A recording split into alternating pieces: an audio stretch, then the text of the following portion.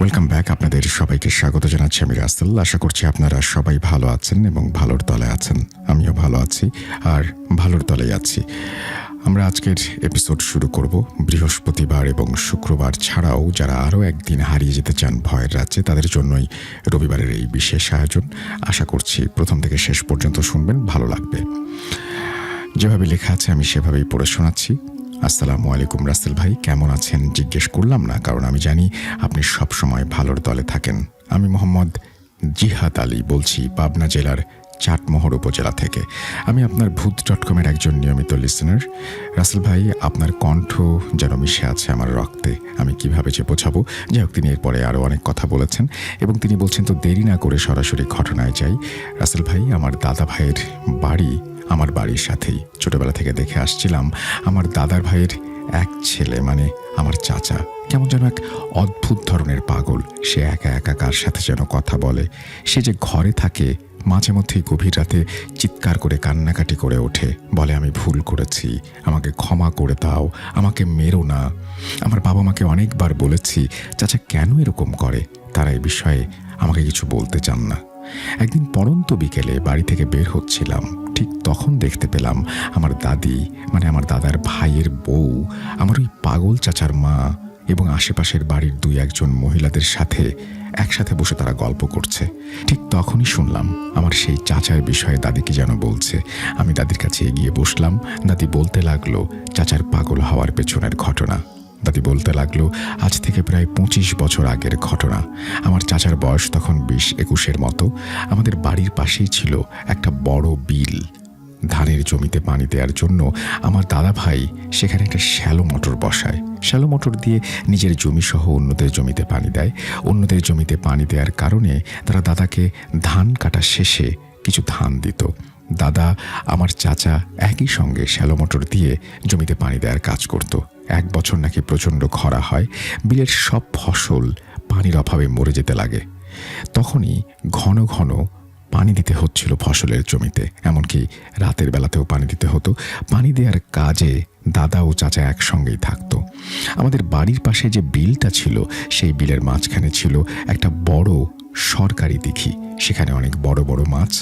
দিঘিতে মাছ ধরা নিষেধ ছিল। একদিন দাদা হঠাৎ সারাদিন জমিতে পানি দেওয়ার কাজ করে বিকেলের দিকে অসুস্থ হয়ে যায়। তাই চাচাকে বাধ্য হয়ে বিলে একাই যেতে হয় ফসলের জমিতে পানি দিতে। বাড়ি থেকে বের হতে গিয়েছিলেন তিনি। ঠিক তখনই চাচার মনে হলো মাছ ধরার টোটাটা নিয়ে যাই।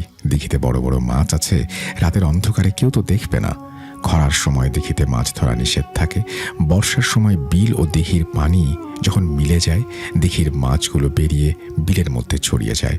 তখন শুধু মাছ মারার আদেশ থাকে। তো খরার সময় দিঘির পানি দিঘির পাড় থেকে একটু নিচে নেমে যেত এবং তখন কিছু মাছ দিঘির পাড় ঘেঁষে পানির মধ্যে গা ভাসিয়ে থাকতো। ওই দিঘিটা নিয়ে আগে লোকজন অনেক রকমের ভৌতিক ঘটনার কথা বলতো। চাচা ছিল খুব সাহসী, সেই জন্য একা রাতের বেলা দিঘিতে মাছ ধরার সাহস দেখিয়েছিল। তখন চাচার বাড়ি থেকে ট্যাটা তিনি নিয়ে বাড়ি থেকে বের হন। চাচা রাত 8টার দিকে বিলে পৌঁছান। বিলে পৌঁছেই শ্যালো মোটরটা চালু করে দেন। ফসলের জমিগুলোতে পানি দিতে থাকেন। আর চাচা মনে মনে চিন্তা করেন রাত একটু গভীর হোক, ট্যাটা দিয়ে দিঘির দিকে এগোবো। রাত গভীর না হলে লোকজন দেখে ফেলবে। প্রায় রাত 11টার দিকে চাচা দিঘির পাড়ে যে টেটা নিয়ে বসেন।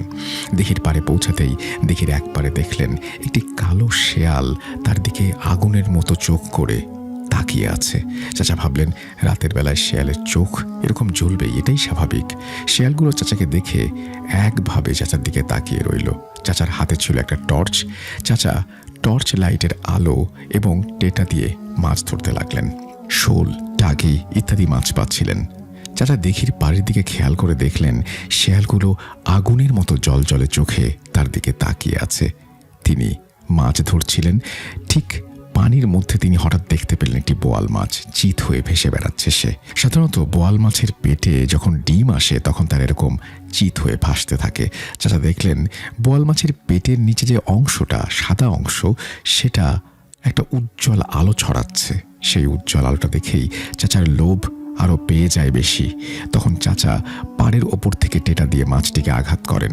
টর্চের আলোয় চাচা দেখতে পান মাছের গায়ে টেটার আঘাত লেগেছে। চাচা টেটাটি আস্তে আস্তে তুলতে থাকেন। কিছুটা দূরেই মাছটি আবার সেই রকমভাবেই দেখেন তিনি ভেসে বেড়াচ্ছে, কিন্তু এইবার মাছটি যে জায়গায় ভাসছে সেখানে আঘাত করলে পানিতে নামতে হবে। চাচা কোমর পানিতে নেমে মাছটিকে ধরার জন্য যান। মাছটিকে আবারও আঘাত করেন, কিন্তু এবারও দেখেন মাছটি আবার চাচাকে ছেড়ে একটু দূরে ভাসছে। অনেকক্ষণ এরকম চলতে থাকে। শেষ পর্যায়ে চাচা মাছটিকে সত্যি সত্যিই আঘাত করতে সক্ষম হন। মাছটিকে আঘাত করার পর মাছটি একটা শব্দ করে এবং চারিদিকে শুরু হয় তুমুল ঝড়ের মতো বাতাস, ভয়ানক শেয়ালের আর্তনাদ। আরও এক অদৃশ্য শক্তি এসে চাচাকে দিঘির পানিতে চোবাতে থাকে। হঠাৎ অদৃশ্য শক্তিটা চাচাকে ছেড়ে দেয়। চাচার অবস্থা খারাপ। চাচা দিঘির পানি থেকে উঠে দেখল কালো শেয়ালগুলো তখনও তার দিকে তাকিয়ে আছে।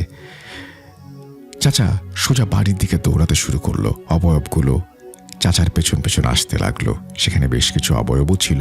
চাচা বিল থেকে দৌড়ে বাড়ির উঠোনে এসে পড়ে যায় এবং আমার দাদিকে চিৎকার করে ডাকতে থাকে। আমার দাদি চিৎকার শুনে দাদি সহ ঘরের সবাই বাড়ি থেকে বের হয়ে আসে। চাচার সারা শরীর ভেজা, জোরে জোরে নিঃশ্বাস ফেলছে। দাদি দৌড়ে গিয়ে চাচাকে বলল, কি হয়েছে তোর? চাচা সব ঘটনা খুলে বলল। আমার দাদা চাচাকে গালাগালি করতে লাগলো। চাচাকে গোসল করিয়ে ধরাধরি করে ঘরে নিয়ে যাওয়া হয়। চাচা বিছানায় শুয়ে ভাবতে লাগলো আজকে তার জীবনে একই ঘটনা ঘটল। এগুলো ভাবতে ভাবতে মস্তিষ্ক ক্লান্ত হয়ে তিনি এক সময় ঘুমের রাজ্যে হারিয়ে গেলেন। এরপরে সকালে ঘুম থেকে উঠে অদ্ভুত আচরণ করতে থাকেন তিনি। বলতে থাকেন, আমাকে মাছ দাও, আমি কাঁচা মাছ খাবো। আরও বলতে থাকেন, আমি বিলের মধ্যে দিঘিতে মাছ ধরে খাবো। চাচা অদ্ভুত সব আচরণ করতে লাগলেন। চাচাকে বেঁধে রাখতে হয় পাশের গ্রামে একজন কবিরাজের বাড়িতে নিয়ে যেতে হয়। কবিরাজকে রাতের সব ঘটনা খুলে বলা হয়। সব শুনে কবিরাজ আসন বসান এবং অনেক কষ্টে সেই অদৃশ্য শক্তিকে চাচার শরীরে হাজির করতে সক্ষম হন। চাচা ভয়ানক কণ্ঠে বলতে লাগলেন কবিরাজকে, হে কবিরাজ, তুই এর মধ্যে নাক গলাবি না, তাহলে তোকে নির্বংশ করে দেব।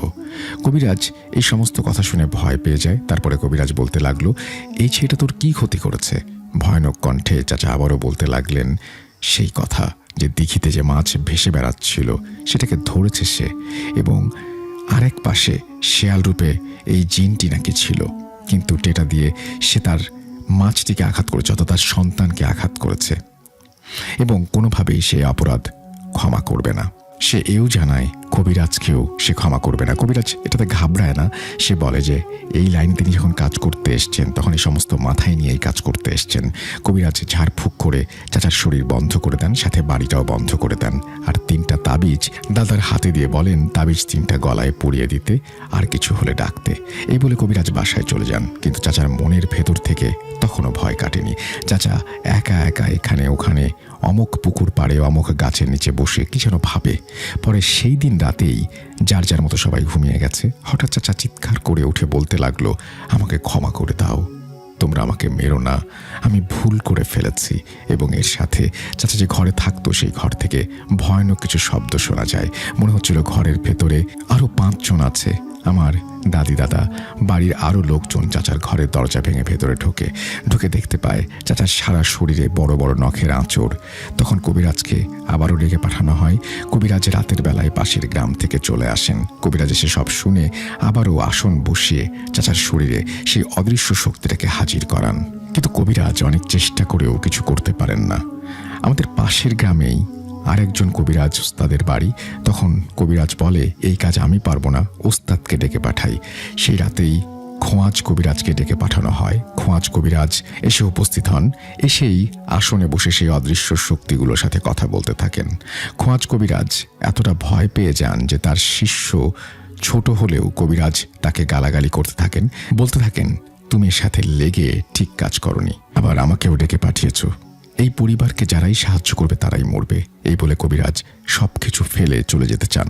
আমার দাদি গিয়ে কান্না করতে থাকেন, তার পা জড়িয়ে ধরেন। খোঁয়াজ কবিরাজ বলতে থাকেন, আপনার ছেলেকে কেউ বাঁচাতে পারবে না, আপনি বুঝতে পারছেন না আপনার ছেলে কাকে আঘাত করেছে। এটি কি শক্তিশালী জিনের দল, এরা একসাথে অনেকজন থাকে, এরা ওই দিঘির পাড়ে মাছ খেতে আসে, এদের সাথে আমার আগেও সাক্ষাৎ হয়েছে। কবিরাজ বলতে লাগলো, একবার আমি বিলের পাড়ে একটি গ্রামে কবিরাজি করতে গিয়েছিলাম। কবিরাজি শেষ করে বাড়িতে ফিরতে ফিরতে রাত হয়ে যায়।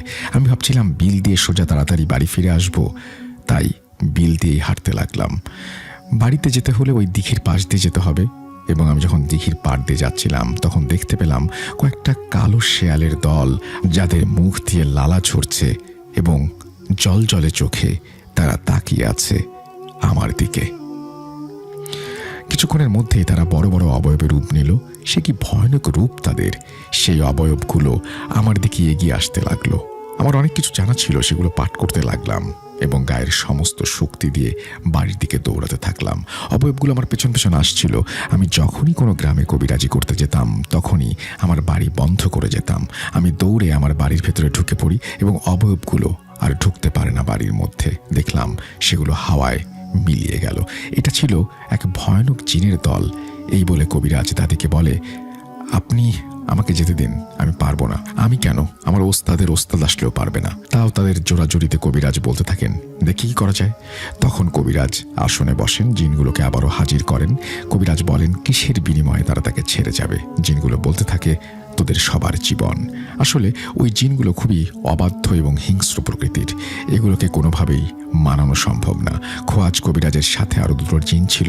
তখন তার জিন সঙ্গী জিনের সাহায্য নেয় এবং তারা ওই দিঘির পাড়ের জিনগুলো খুবই যেহেতু শক্তিশালী, ওদের সাথে লাগা ঠিক হবে না বুঝতে পারে। তারপরেও খোয়াজ কবিরাজ অনেক ঝাড়ফুঁক করে চাচার শরীর থেকে কোনোভাবে একসময় জিনগুলোকে তাড়িয়ে দেয়।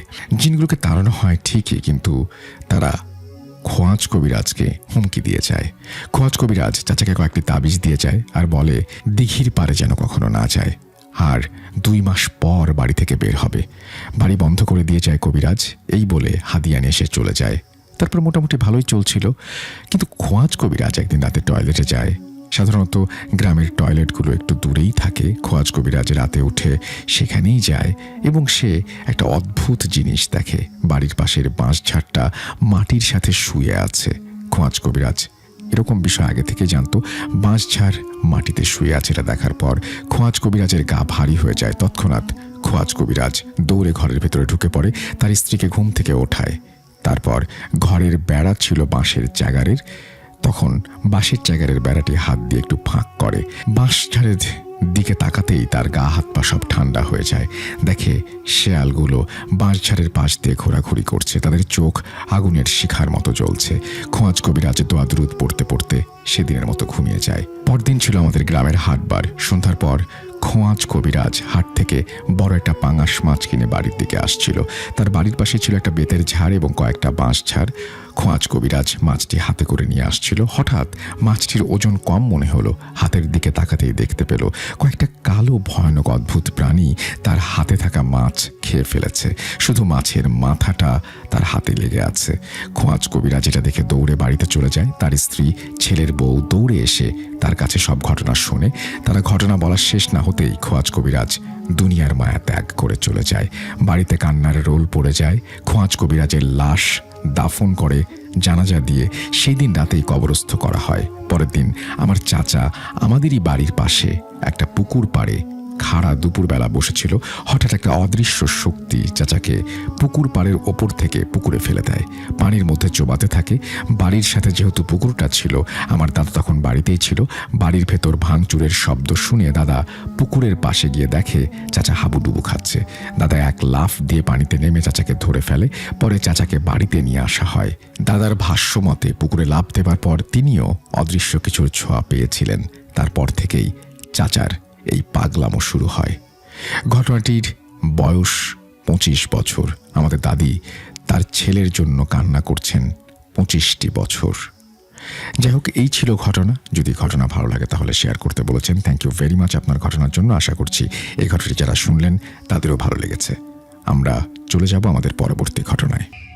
Welcome back. আশা করছি আপনারা সবাই ভালো আছেন এবং ভালোর দলে আছেন।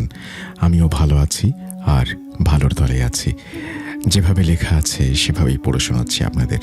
আসসালামু আলাইকুম রাসেল ভাই, আশা করি আল্লাহর রহমতে ভালো আছেন। সেই 2012 ক্লাস 8 থেকে ভূত FM শুনে শুনে বড় হয়ে এখনও ভূত.com-এর সাথে আছি। ভূত.com এখন এক নেশার মতো কাজ করে, যেন না শুনলে ঘুম আসবেই না। আমি খালেদ হোসাইন। বর্তমানে আমি 6 বছর যাবৎ মালয়েশিয়ার সেলাঙ্গোর ডিস্ট্রিক্টে স্যামসাংয়ের একটি প্লাস্টিক কোম্পানিতে কর্মরত আছি। তো আমার জীবনে ছোটোখাটো কিছু ঘটনা ঘটেছে যা কখনো বলার ইচ্ছে হয়নি। তবে রিসেন্টলি আমারও আমার বন্ধুদের সাথে কিছু অদ্ভুত ঘটনা ঘটেছে। আমার মনে হলো ভূত.com পরিবারের সাথে এই ঘটনাগুলো শেয়ার করা উচিত। গত 20/1/2023 প্ল্যান ছিল লাঙ্কাউই ট্যুরে যাব, সেটা কোনো কারণবশত আর যাওয়া হয় না। সেদিন রাতেই আমরা 5 বন্ধু মিলে ইপোহ নামের এক ডিস্ট্রিক্টের পেরাক নামক জায়গায় কোনো একটা আইল্যান্ডে যাওয়ার জন্য রেডি হলাম। সেদিন আমরা বের হতে হতে প্রায় 9টা বেজে গেল। কথা ছিল কার ভাড়া করে যাব 4-5 ঘন্টার লম্বা পথ, কিন্তু কোনো গাড়ি পাচ্ছিলাম না। বন্ধুরা মিলে প্ল্যান করি এখান থেকে কুয়ালালামপুর গাড়িতে করে যেয়ে সেখান থেকে বাসে করে পেরাক যাব, সেখান থেকে অন্য কোনো গাড়ি বা ট্যাক্সি করে হোটেল অবধি যাব। বলে রাখা ভালো, আমাদের হোটেল বুক করা ছিল এবং যাওয়ার আগে বুক করে রেখেছি যেতে অনেক রাত হবে তাই। তো আমরা বাসা থেকে বের হয়ে গাড়ি না পাওয়াতে ট্যাক্সিতে করে কুয়ালালামপুর আসি এবং ওখানে বাস টার্মিনালে যাই, কিন্তু কপাল খারাপ, সেখানে গিয়েও ব্যর্থ, বাসের টিকিট নেই। হতাশ হয়ে কিছুক্ষণ ওখানে বসে বসেই সবাই মিলে চিন্তা করলাম কি করা যায়। তারপর ইন্ডিয়ান এক বন্ধু ওর ফোন থেকে অন্য একটা অ্যাপ দেখিয়ে বলল, প্রচলিত যে সমস্ত অ্যাপ বা পপুলার যে সমস্ত অ্যাপ, সেই অ্যাপে যখন গাড়ি পাওয়া যাচ্ছেই না, তখন এই অ্যাপটা আমরা ট্রাই করব কিনা। অ্যাপটির নাম উনি লিখেছেন, কিন্তু আমি বলছি না। অনেক সময় চেষ্টা করার পর একটি গাড়ি পেলাম, মোটামুটি ভাড়ার মধ্যেই। সে কিছু সময় পরে সে আমাদের পিক করলো। অনেক সময় ধরে কিছু খাওয়া হয়নি, তাই সেই ড্রাইভারকে বললাম যে আবাং অর্থাৎ বড় ভাই, আমরা অনেক ক্ষুধার্ত, আশেপাশে কোথাও কোনো রেস্টুরেন্ট পেলে একটু থামবেন। সে বলল রাত 1:30টার বেশি সময় এখন, এখানে কোনো রেস্টুরেন্ট খোলা নেই। আমার পরিচিত একটা রেস্টুরেন্ট আছে, 30 মিনিট লাগবে যেতে। আমরাও বললাম আচ্ছা ঠিক আছে, চলেন সেখানেই থামবেন। সেখানে গিয়ে আবার আমাদেরকে ডেকে বলল এসে গেছি, খেয়ে আসেন।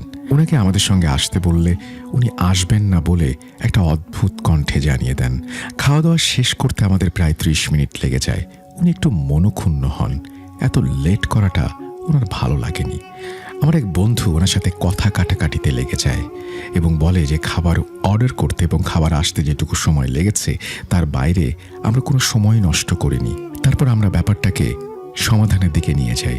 ড্রাইভার এক পর্যায়ে বলেন তোমাদের ব্যবস্থা আমি করব। তো আমরা ভাবলাম হয়তো পুলিশের ভয় দেখাচ্ছেন। আমরাও বললাম দেখেন সমস্যা নাই। তারপর গন্তব্যে গিয়ে আমরা হোটেলে চেক ইন করলাম। রুমে প্রবেশ করে যে যার মতো ফ্রেশ হয়ে ঘুমানোর চেষ্টা করলাম, কারণ তখন প্রায় ভোর 5টা। 7টায় উঠে আমরা বের হব। তারপর আমরা যে যার মতো শুয়ে পড়ি। কিছুক্ষণ পর আমার এক ফ্রেন্ড মৃগী রোগীর মতো কাঁপুনি দিয়ে জোরে জোরে শব্দ করতে থাকে। আমরা প্রথমে ভেবেছিলাম সে ঘুমের মধ্যে নাক দিয়ে শব্দ করছে, তাই অন্য একজন ডাক দিল, কিন্তু সে সজাগ হলো না। একটু পর সেটা আরো বেড়ে গেল। তো অন্যজন উঠে তার কাছে গিয়ে দেখে নাকে মুখে রক্তের মতো কি সব বেরিয়ে আসছে। এটা দেখে সে আমাদের সবাইকে ডেকে উঠালো আর বলল দেখ কি হচ্ছে সব। বলে রাখি এই বন্ধুটি সেই ড্রাইভারের সাথে কথা কাটাকাটি করেছে। তো আমরা সবাই উঠে ওর কাছে গিয়ে এমন অবস্থা দেখে ভয় পেয়ে যাই এবং কি হয়েছে তাই জানতে চাই। ওর এখন কিছু হলে পরে কোম্পানিতে গিয়ে আমরা কি বলবো? ওর এই অবস্থা কি করে ভালো করা যায় সেটা চিন্তা করতে লাগলাম। রিসেপশন থেকে লোক ডাকা হলো। ওনারা আসেন এবং বলেন আপাতত আপনারা ওনার হাতে পায়ে তেল মালিশ করেন, সকালে কোনো ক্লিনিক বা হসপিটালে নিয়ে যাব। আমরা ঘুম বাদ দিয়ে সেই সময় তার হাতে পায়ে তেল মালিশ করতে থাকি। ভোরে ফজরের আজান দিলে সে আস্তে আস্তে ঠিক হতে থাকে, আর তার কিছুক্ষণ পর সে পুরোপুরি সুস্থ। সে উঠে এমন প্রতিক্রিয়া দেখালো যেন তার কিছুই হয়নি। মাত্রই ঘুম থেকে সে উঠল। তার কিছুক্ষণ পর রিসেপশনের লোক আসলে বলি আপাতত সে সুস্থ হয়ে গেছে, আর ক্লিনিকে যাওয়া লাগবে না। 7টা বেজে যাচ্ছে। আমরাও রেডি হয়ে সবাই মিলে হোটেলের রুম থেকে বের হয়ে গেলাম। সে রাতে আর ঘুম হলো না। সকাল সকাল বৃষ্টি, একটু বিরক্তই হলাম। বৃষ্টি আসার আর সময় পেল না। তো সেখান থেকে আমরা আর একটা কার বুক করে আইল্যান্ডের ফেরি স্টেশন পর্যন্ত গিয়ে একটা রেস্টুরেন্টে নাস্তা করে নেই। ফেরি পার হয়ে আইল্যান্ডে গিয়ে দেখি সেখানে তাদের নিজস্ব কিছু মাইক্রো আর মোটরসাইকেল, যে কোনো একটা কিছু নিয়ে ঘুরতে হবে। তো ভাবলাম গাড়ি নিয়ে ওদের ইচ্ছাতে ঘোরার চাইতে আমরা মোটরসাইকেল নিয়ে ঘুরবো, সেটাই ভালো হবে। আমার এক বন্ধু মোটরসাইকেলে স্টার্ট দেওয়ার সাথে সাথে মোটরসাইকেল নিয়ে পড়ে যায়, আর সেই কারণেই আমাদের আর ঘোরা হয় না। অথচ আমরা প্রায় সব সময়ই মোটরসাইকেল নিয়ে মালয়েশিয়ার রাস্তায় ঘোরাঘুরি করি। বাধ্য হয়েই মাইক্রো ভাড়া করলাম। উঠলাম 5 জন। কিছুক্ষণ পর পাহাড়ি আঁকাবাঁকা উঁচু নিচু রাস্তা দিয়ে আমাদের গাড়ি চলতে শুরু করলো। তার কিছুক্ষণ পর গাড়ির চাকা পাংচার হয়ে যায়। আমাদের মন আরো বেশি খারাপ, রাগও লাগছিল খুব। বুঝলাম না কেন এসব হচ্ছে আমাদের সাথে। সেদিন আর মন খুলে ঘোরা হলো না। কোনো মতে আবার ফেরিঘাটে এসে সন্ধ্যায় ফেরির জন্য অপেক্ষা করতে থাকলাম। যথাসময়েই ফেরি পার হয়ে আবার একটা বাস টার্মিনালে এসে রাতে আবার কুয়ালালামপুর ফেরার জন্য টিকিট সংগ্রহ করলাম। তারপর কিছু খাবার নিয়ে নিলাম সাথে। বাস আসার 10 মিনিট পূর্বে আমার রাতে অসুস্থ হওয়া বন্ধুকে আমরা আর খুঁজে পাচ্ছিলাম না। ওর ফোনে কল দিয়েও ওকে পাওয়া যাচ্ছে না। আমাদের বাস এসে আবার চলেও গেল, তাকে পাচ্ছি না। আশেপাশে সব দোকানে গিয়ে জিজ্ঞেস করতে করতে পাহাড়ের ঢালে ছোট একটা দোকানে গিয়ে জিজ্ঞেস করতেই বলল ওখান দিয়ে কিছুক্ষণ আগে একটা মানুষ গেল আর আস্তে আস্তে কি যেন সে বলছিল। চারিদিকে অন্ধকার আর পাহাড়ি গাছপালা যেন একটা গা ছমছমে পরিবেশ তৈরি করেছিল। ফোনের টর্চ লাইট জ্বালিয়ে পাহাড়ের চিকন রাস্তা বেয়ে সামনে এগোতেই দেখলাম আমাদের সেই বন্ধু সেন্সলেস অবস্থায় পড়ে আছে। সেখান থেকে তাকে তুলে সেই দোকানের সামনে এনে মুখে পানির ছিটা দিয়ে জাগিয়ে তুলি আর জিজ্ঞেস করি, তুই এখানে আসলি কেন? সে বলে, আমি জানি না, তোদের সাথে বাসের জন্য অপেক্ষা করতে করতে হঠাৎ গায়ে একটা গরম হাওয়া এসে লাগলো। তারপর এখানে কিভাবে চলে এসেছি আমি জানি না। এরপরই আমার মনের ভেতরে এক অদ্ভুত ভয় জন্ম নেয়। কৌতূহল হতে থাকে কি হচ্ছে সব তার সাথে। তারপর আবার আমরা বাস টার্মিনালে এসে টিকিট চেঞ্জ করে বাসের জন্য অপেক্ষা করতে থাকি। সময় মতো বাস এসে যায়, আমরাও বাসে উঠে পড়ি। সেই সময় বাসে বা রাস্তায় আর কোনো ঝামেলা হয়নি। সুন্দরভাবেই বাসায় এসে পৌঁছে যাই, যে যার মতো করে রুমে চলে যাই। পরদিন সকালে আবার তার সাথে থাকা আর একটা বন্ধু ফোন দিয়ে বলে তার সাথে নাকি আবার সেই রাতের মতো ঘটনা ঘটেছে।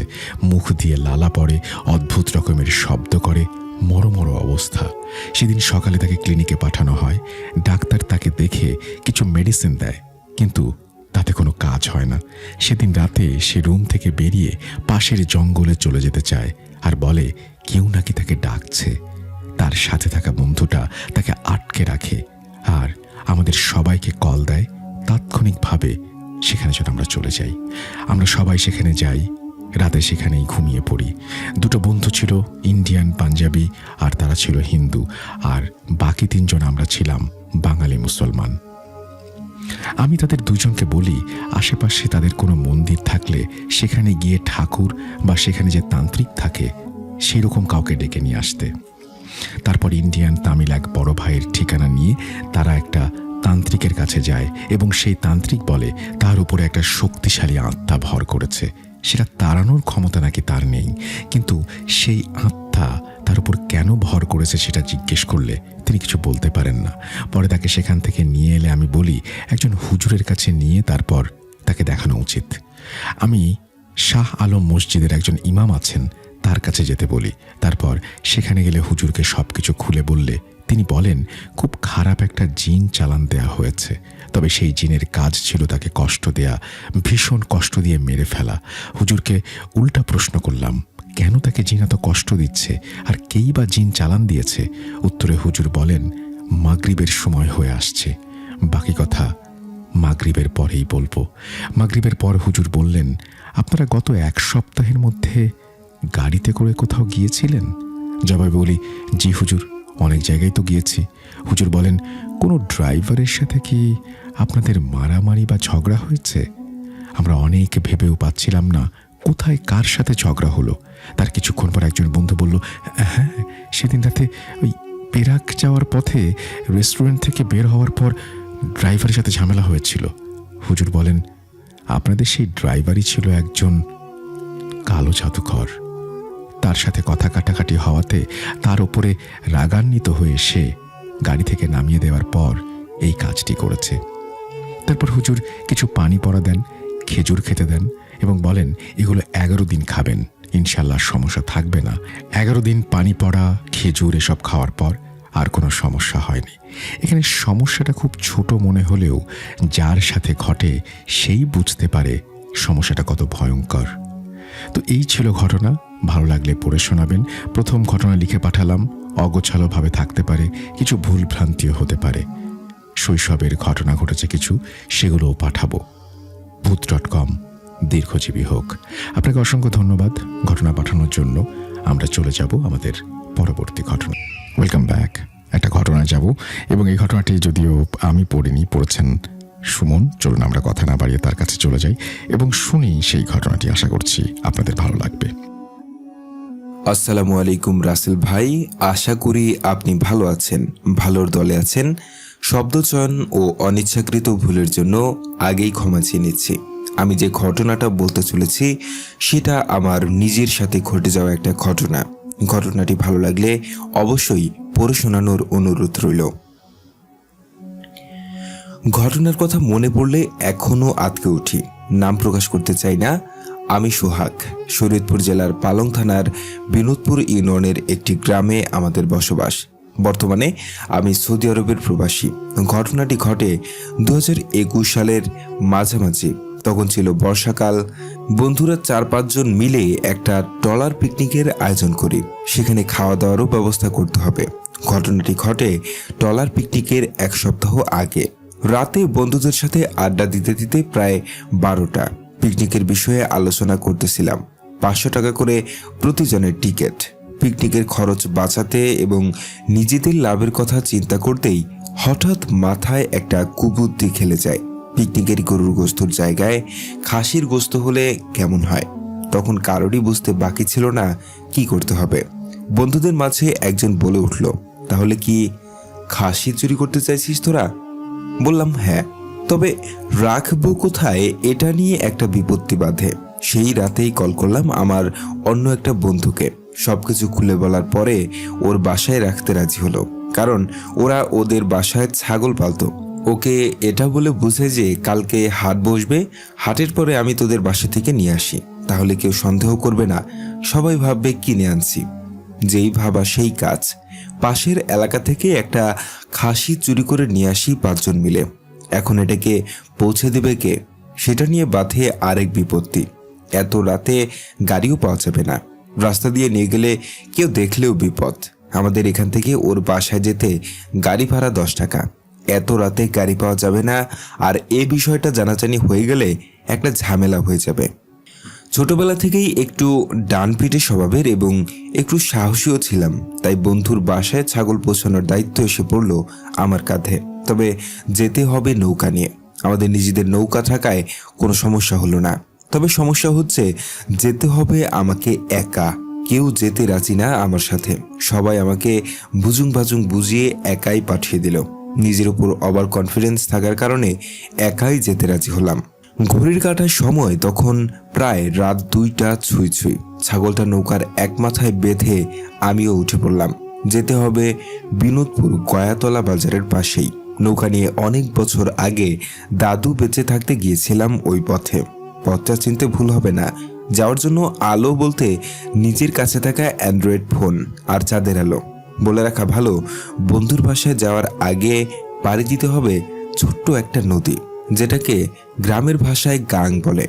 আর ওই গাঙের খাল ধরেই আমাকে যেতে হবে। আল্লাহর নাম নিয়ে রওনা দিলাম। জিন ভূতে বিশ্বাস করি না এমনটা না, এর আগেও ছোটখাটো ঘটনা আমার সাথে ঘটেছে। সেটা না হয় অন্য কোনো দিন লিখে পাঠাবো। আঁকাবাঁকা খালের পথ ধরে এগিয়ে চলেছি। সেদিন আকাশে চাঁদটা যেন তার সমস্ত জ্যোৎস্না ঢেলে দিয়েছিল প্রকৃতির মাঝে। চলতে চলতে প্রায় নদীর কাছে চলে এসেছি। খালের পথ পার হয়ে যেই না নদীতে প্রবেশ করেছি, পরিবেশটা মনে হলো বদলাতে শুরু করেছে। ফোনের পাওয়ার বাটন চেপে দেখি সময় 2:47। নদীতে কোনো স্রোত ছিল না, ছিল কচুরিপানা দিয়ে ভরা। শুনেছি আরও প্রায় 40 বছর আগে এই নদী তার যৌবন হারায়। অনেক কষ্টে এদিক ওদিক করে নদী পার হয়ে আসলাম। এখনো বুঝিনি সামনে আমার জন্য কি অপেক্ষা করছে। নদী পার হয়ে বন্ধুকে সবকিছু বুঝিয়ে বলে এবার বাড়ির পথে রওনা হব। তখন সময় 3:30-এর একটু বেশি। বন্ধুদের বাড়ির সামনে ছোট্ট একটু ফসলের জমি, যদিও ফসল নেই, আছে শুধু পানি। নদীতে প্রবেশ করতেই আগের মতো পরিবেশ পরিবর্তন হয়ে গেল। ঝলমলে জ্যোৎস্নার আলো যেন নিমিষেই অন্ধকারে হারিয়ে গেল। হঠাৎ দেখতে পেলাম দানবীয় আকারের লোমশ আকৃতির একটা কালো অবয়ব পানির তলদেশ থেকে উঠে আসছে। এটা দেখে আমার বুঝতে বাকি রইল না আমার সাথে খুব খারাপ কিছু ঘটতে চলেছে। মনে মনে আল্লাহকে ডাকতে থাকি, দোয়া দরুদ যা পারি পড়ার চেষ্টা করছি, কিন্তু আমি যেন সব গুলিয়ে ফেলছি। চারিদিকে কালবৈশাখী ঝড়ের মতো তোলপাড় চলতেছে। হঠাৎ করেই গলায় খুব আঘাত পাচ্ছিলাম। মনে হয় কেউ আমার নিঃশ্বাস বন্ধ করে মেরে ফেলতে চাইছে। প্রাণপণে বাঁচার চেষ্টা করেও যেন কোনো লাভ হচ্ছিল না। শরীর নিস্তেজ হয়ে আসছিল। এরপর আর কিছু মনে নেই। জ্ঞান ফিরতেই আমি দেখি কিছু অপরিচিত মানুষের মুখ। জিজ্ঞেস করলাম, কোথায় আমি? জানতে পারলাম নদীর পাড়েরই এক বাড়িতে আছি। মুখ দিয়ে কথা বলতে পারছিলাম না, গলায় খুব ব্যথা অনুভব করছিলাম। শরীর যেন অবশ হয়ে আছে। পরিচয় দিতেই সবাই আমায় গাড়ি করে বাড়িতে দিয়ে আসলো, আর আব্বুকে বলে আসলো নৌকাটা গিয়ে নিয়ে আসার জন্য।